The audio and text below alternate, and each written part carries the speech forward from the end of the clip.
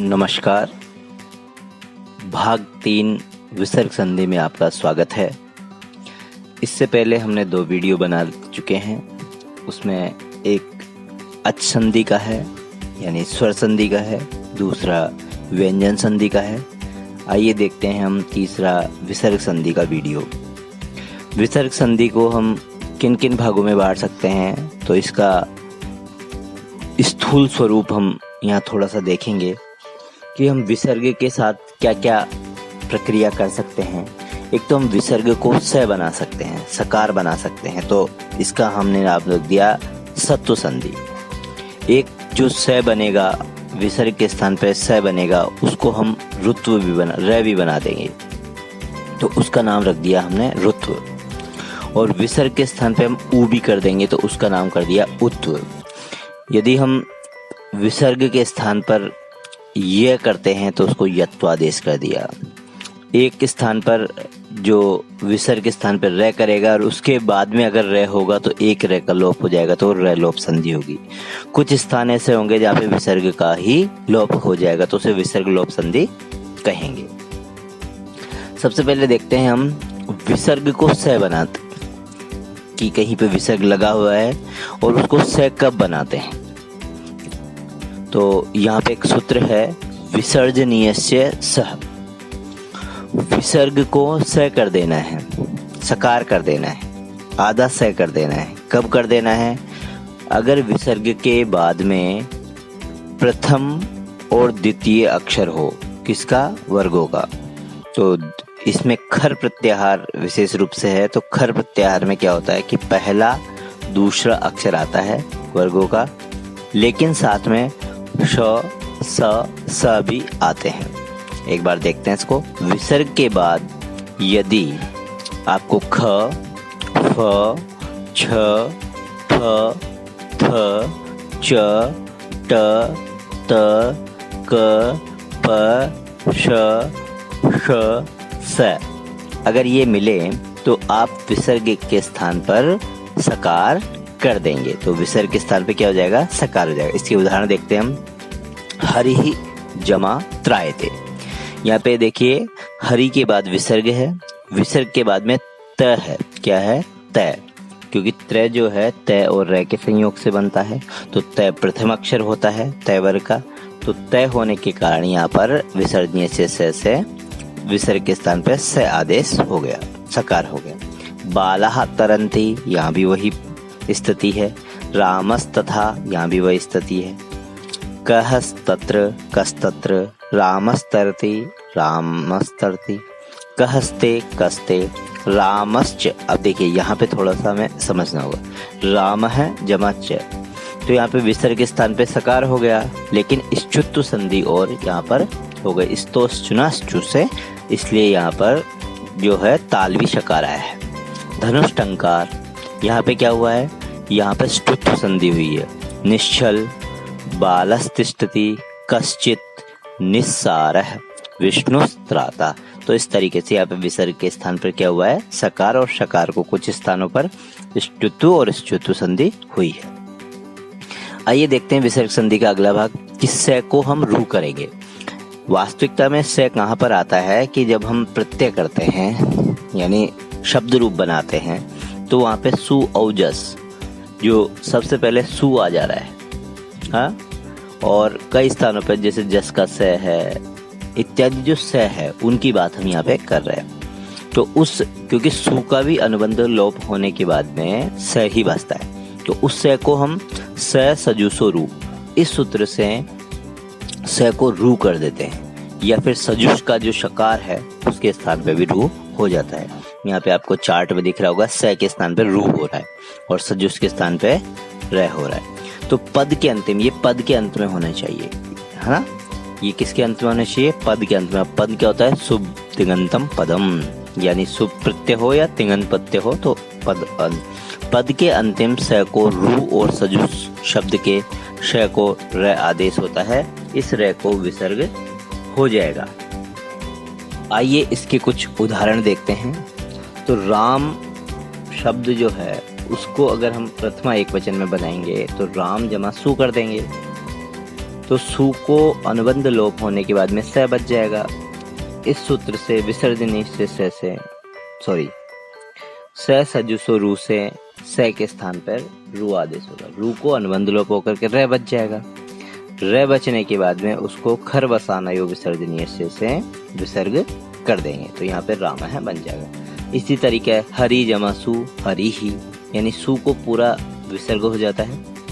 रवि जमा सु रवि ही, किम जमा सु कह, तत् जमा सौ सह, एतत् जमा सु एषः, कवि जमा सु कवि ही, कमलः सुरेशः। आइए अब उत्तु संधि, ये तो विसर्ग का सामान्य प्रयोग था। अब थोड़ा सा विशेष प्रयोग है उत्तु संधि, यानी विसर्ग को ही ऊ कर देंगे। इस चार्ट को थोड़ा समझते हैं कि सबसे पहले क्या आना चाहिए, अकार आना चाहिए। अकार के बाद विसर्ग होना चाहिए, विसर्ग के बाद में फिर अकार होना चाहिए। रश्वकार की बात करें, यानी दो रश्वकारों के बीच में यदि विसर्ग फंसा हो तो विसर्ग को ऊ हो जाता है। ऊ हो गया तो पहला अकार और जो ऊ है मिलकर के ओ बन जाते हैं। ओ बनते ही जो बाद वाला अकार है वो पूर्व रूप में या बदल जाता है, पूर्व अवग्रह चिन्ह में उसको बदल देते हैं। इसके लिए हमारे पास सूत्र है अतो रोर प्लुतात प्लुते। अकार और अकार के बीच में फंसे हुए विसर्ग को हम ऊ बना देते हैं और ए और ऊ को गुण संधि करके ओ बना देते हैं। ओ के बाद में जो अकार बचेगा उसको हम अवग्रह चिन्ह के रूप में परिवर्तित कर देते हैं। इसके उदाहरण देखिए हम, शिवः जमा अर्चे, तो देखो व के अंदर अकार है, उसके बाद विसर्ग है, विसर्ग के बाद में अकार है, तो यानी दो रश्वकारों के बीच में विसर्ग फंसा हुआ है। तो यहाँ पर विसर्ग को ऊ हो जाएगा और व के अंदर जो अकार है वो अकार और ये विसर्ग वाला ऊ मिलकर के गुण संधि हो जाएगी। गुण संधि होकर के ओ बन जाएगा, तो ये बन जाएगा शिवो, और बाद वाले आकार को हम पूर्व रूप में बदल देंगे तो शिवो अर्चे इस तरीके से बन जाएगा। श्लोकः जमा अयम श्लोको अयम, देवः जमा अधुना देवो अधुना, यह जमा अपि योः अपि, रामः अयम रामो अयम, कः अयम को अयम, बालः अवदत् बालो अवदत्, ये अधुना यो अधुना, रामः अयम रामो अयम, देव अहम देवो अहम। इसके बाद ये भी उत्तु संधि है, लेकिन उसमें हम देखे थे कि दो रश्व आकारों के बीच में विसर्ग फंसा हुआ था। लेकिन एक और परिस्थिति है जिसके अंदर उकार हो जाता है। तो पहले तो रश्वकार होना ही चाहिए, लेकिन विसर्ग के बाद में अगर हस् प्रत्याहार के वर्ण हो, हस् प्रत्याहार के अंदर क्या क्या आता है, ह य व र ल, ग घ ङ, ज झ य, ड ढ ण, ब भ म द ध न। यानी इसको हम और तरीके से समझे तो तीसरा चौथा पांचवा अक्षर होगा और ह य व र ल होगा। अगर ये अक्षर बाद में हो तब भी हम क्या कर देते हैं, विसर्ग के स्थान पर ऊ कर देते हैं। तो यहाँ पे देखिए बाद में तो स्वर है नहीं तो अवग्रह चिन्ह बनेगा नहीं, तो केवल ए और विसर्ग में जो ऊ हुआ है वो मिलकर के ओ हो जाएंगे। इसके उदाहरण देखते हैं, शिव है जमा वंद्य है। वहां पे ध्यान देखो, शिव के बाद में अ था यानी स्वर था, रश्व था। यहाँ पे वकार आया, वकार इसमें था है, तो यहाँ पे भी विसर्ग को ऊ हो गया और शिव के ए और विसर्ग का ऊ मिलकर के ओ बन गया, तो शिवो वंद्य बन गया। बुद्धो अयम, बुद्धो लिखति, बुद्धो जमा लिखति, तो बुद्धो लिखति बनेगा यहाँ पे। नमः नमः, नमो नमः, मनो मनः हर, मनोहर, यशदा यशोदा, कै गच्छति को गच्छति, बालः हस्ति बालो हस्ति।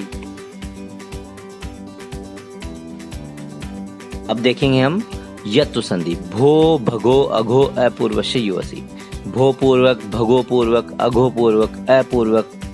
अगर रू हो यानी ये सब पहले होने चाहिए, तो रू को ये आदेश हो जाता है अश परे रहने पर। अश में क्या क्या आता है, सारे स्वर आ गए और पांचवा चौथा और तीसरा अक्षर होना चाहिए। तो यहाँ पे एक उदाहरण हम दे रहे हैं, देवास जमा ई है, तो स को हम रू कर देंगे। रू के स्थान पर इस सूत्र से ये हो जाएगा, क्योंकि उसके बाद में क्या है, ई स्वर आ रहा है। तो यहाँ पर देवा यह बन जाएगा। तो और एक जगह यहाँ पे लोप है शाकल्य से, यानी शाकल्य ऋषि के मत में यहाँ पे यह का लोप हो जाता है, तो देवा यह यहाँ पर स्वरूप बनता है। इसके बाद में हम देखेंगे रोरी संधि। रोरी सूत्र है, ये क्या करता है, अगर र के बाद में र आए हाँ तो उसका लोप करना है, और उससे पहले जो अण है यानी अ ई उ है उसको दीर्घ भी करना है।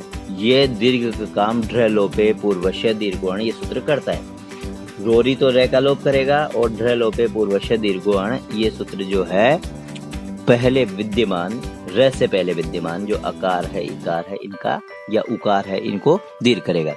पुनर्जमा रमते, तो यहाँ देखेंगे र है, फिर उसके बाद में र आ रहा, तो एक र का हम लोप कर देंगे। अब र के पहले न में ए है, तो उसको क्या हम दीर्घ कर देंगे, ए को आ बनाएंगे, पूना रमते बनेगा। ऐसे शिशुर रोदिति, शिशु रोदति, ऊढ़ जमा ढ तो ऊढ़ बनेगा। हरि जमा रम्य, हरि रम्य बनेगा। पितः जमा रक्ष, पिता रक्ष बनेगा। गुरुर जमा रुष्ट, गुरु रुष्ट बनेगा। इसको देखेंगे अंतिम विसर्ग संधि में, एतत् तदो सुलोपो अकोर्णय समास हलि। ये क्या है, ये विसर्ग का लोप कहाँ होता है कहाँ नहीं होता है। तद एतद इनकी विसर्ग से परे यदि कोई व्यंजन आए, व्यंजन आना है तो विसर्ग का हमें लोप कर देना है, यानी ये विसर्ग लोप संधि है। किंतु एषक इत्यादि शब्दों में या नए समास वाले शब्दों में यह लोप नहीं होगा, सामान्य सा है। यानी अगर स तद इनके बाद में अगर कोई व्यंजन आता है तो लोप कर दो, अन्यथा ना करो। स जमा गच्छति स गच्छति, एषः जमा गच्छति एष गच्छति, अनेषः गच्छति। तो यहाँ पे देखिए नए समास है इसलिए यहाँ पर लोप नहीं हो रहा है। उम्मीद है आपको संधि समझ में आई होगी। अगर कोई कठिनाई है तो आप कमेंट बॉक्स में कमेंट कीजिए। धन्यवाद।